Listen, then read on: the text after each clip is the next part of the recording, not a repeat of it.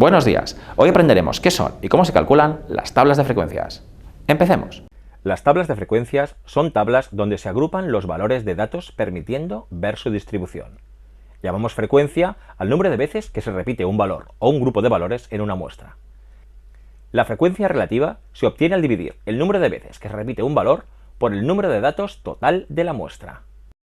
Por ejemplo, la frecuencia de números pares en un dado sería de 3, ya que tiene 3 números pares, el 2, el 4 y el 6. La frecuencia relativa de números pares en un dado sería de 3 dividido por 6, es decir, 0,5. La frecuencia relativa se obtiene en tanto por 1, y si se quiere mostrar el resultado en tanto por ciento, solo hay que multiplicarlo por 100. En nuestro caso, la frecuencia relativa de números pares en un dado es del 50%. Las frecuencias pueden ser absolutas, cuando contamos solo los resultados concretos, o acumuladas, si sumamos las frecuencias. Por ejemplo, si analizamos las notas de estadística de un estudiante, 4, 6, 5, 5, 7, 3, 8, 5, 6, 7, lo primero que tenemos que hacer es ordenarlas. Lo podemos hacer manualmente o con el Excel. Con Excel se deben introducir todos los valores de los datos e ir al menú Ordenar y filtrar. Y si hay un título, marcar Mis datos tienen encabezado. Aquí debe salir el título. Aceptar y los datos ya están ordenados de menor a mayor. Ahora, con estos datos podemos construir una pequeña tabla de frecuencias en Excel.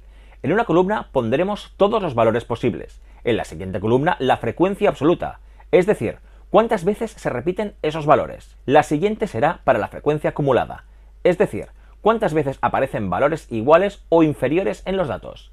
Y finalmente, dejaremos espacio para dos columnas de frecuencias relativas, que nos devolverán una proporción en tanto por uno, es decir, cuánto tenemos respecto del total. Los valores posibles van del 3 al 8. Como son consecutivos, los podemos obtener arrastrando el 3 y el 4 en Excel. Para contar cuántas veces aparece un valor, podemos utilizar la función contar si de Excel. Cogemos la columna donde tenemos el valor de los datos, punto y coma, abrimos comillas y ponemos igual al valor que queremos contar. Para obtener el resto de frecuencias podemos aprovechar la fórmula y arrastrar.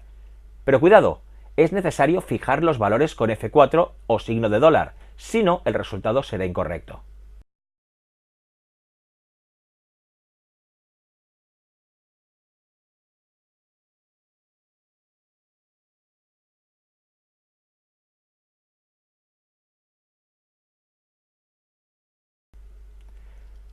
Tras hacer esto, se sustituye el valor de la fórmula por el que corresponda de la columna.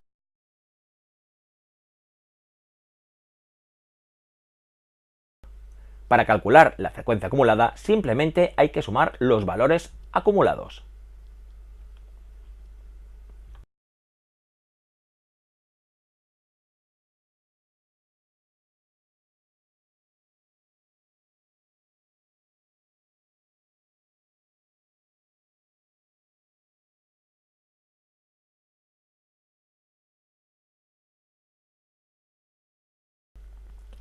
Las frecuencias relativas se consiguen dividiendo las frecuencias por el número total de observaciones, 10 en el ejemplo.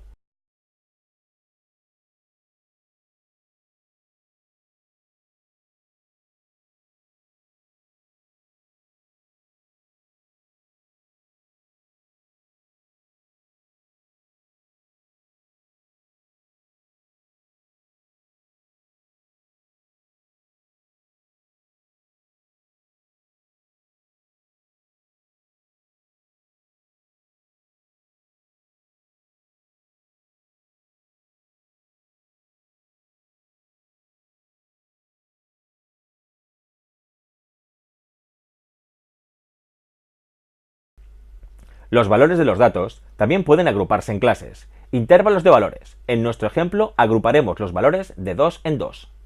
El corchete significa que aquel valor está incluido en el intervalo. El paréntesis, que el valor no está incluido en el intervalo.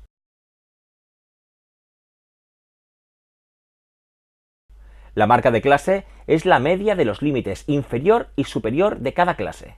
Es decir, para obtener la marca de clase se suman los valores de los intervalos y se divide entre 2.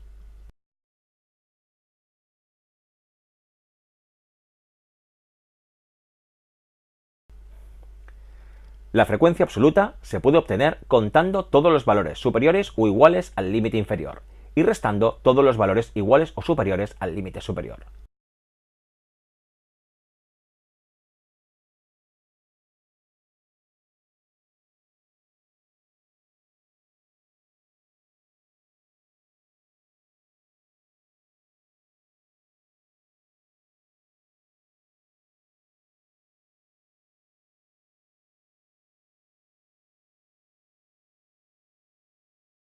El resto de cálculos se realizan igual que en el ejemplo anterior sin intervalos, prestando especial atención a fijar los valores con F4 o dólar cuando sea necesario.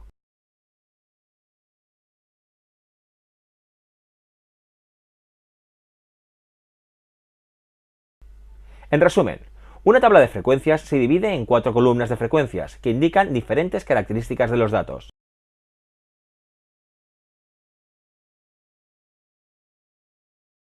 Los datos pueden agruparse por frecuencias. Los intervalos se llaman clases y tienen un valor inferior y superior. Si se resta, se obtiene la amplitud. La media del límite inferior y superior de cada intervalo se llama marca de clase. En los intervalos, los corchetes determinan que el valor adyacente forma parte del intervalo, mientras que el paréntesis significa que aquel valor no forma parte de ese intervalo. Y necesariamente aquel valor tendrá un corchete en el siguiente intervalo.